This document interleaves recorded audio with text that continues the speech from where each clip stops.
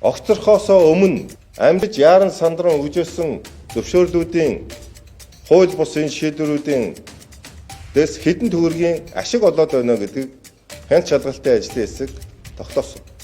2 жилийн дотор энэ компани 95.7 тэрбум төгрөгийн ашиг хийсэн.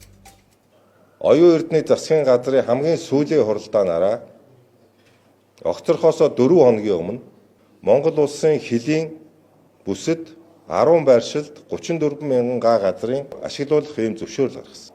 Ерөнхий сайд оюун эрдэнэ улсын хилийн зурагт газар ашиглуулах тухай засгийн газрын тогтоолын төсөл сулах сайдгаас шууд алах тогтсон байна. Ямар ч хэлэлцүүлэг явуулаагүй. За нийтдээ хилийн хууль зөрчөөд хилийн зурагтаа давхцуулж олгосон ашигт малтмалын тусгай зөвшөөрлийн зураглалыг та бүхэн харж байна. Нийтдээ 54 зөвшөөрлийг хууль тогтоом зөрчиж зөвшөөрөл олгосон байна. Ингэж Монгол улсын нутаг дэвсгэрийн бүрэн бүтэн байдал үндэсний аюулгүй байдалд хор хохирол учруулах шийдвэрүүдийг гаргасан байна. Улсынхаа хилийг зарж эдсэн байна. Засгийн газар нүүрс дорсон асуудлыг лав орж шалгаж байгаа. Өнгөц биш. За энэ бол гашуун Сүхбаатар Монголын нүүрс гарж байгаа гол бомб.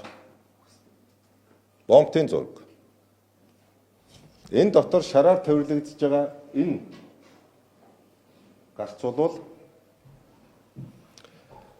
Эко Смарт Транс гэдэг компанид нүүрс тээврийн үйл ажиллагаа явуулж байгаа ийм гарц.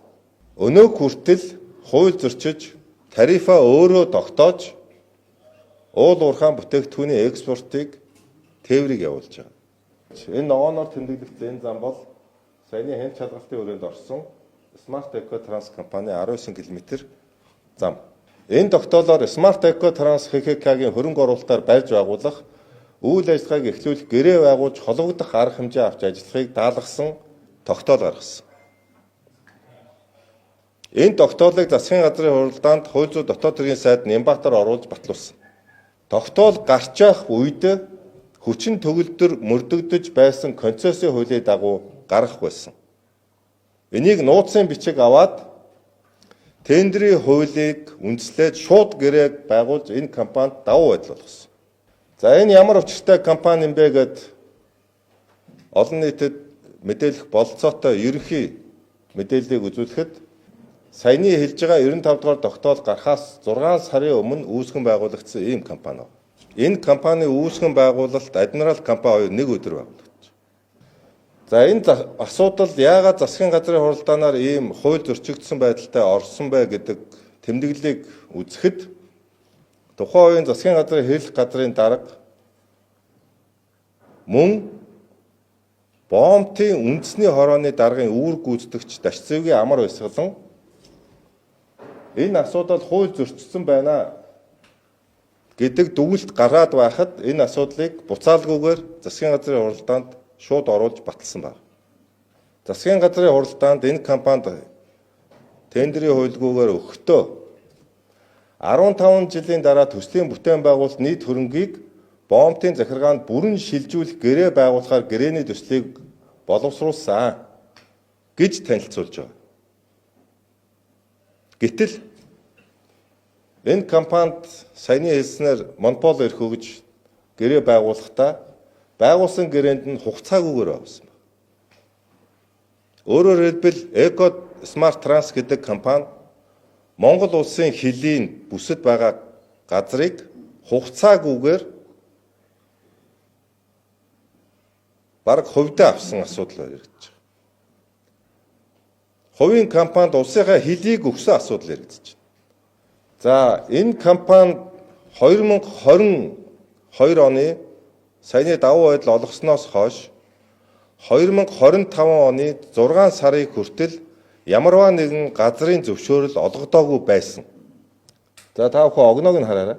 2025 оны 6 сарын 13-ны өдөр байгаль орчин уур амьсгалын өөрчлөлтийн сайд одон туяа тушаал гаргаж энэ компанид газар ашиглуулах эрхийг олгосон.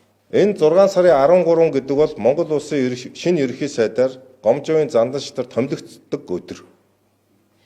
Чон борооноор болсон.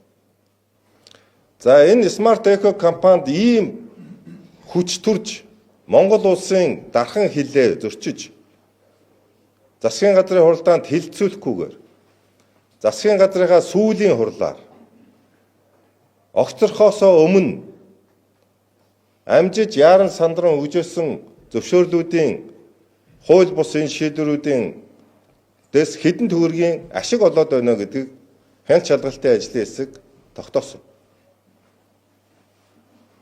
2 жилийн дотор энэ компани 95.7 тэрбум төгрөгийн ашиг хийсэн.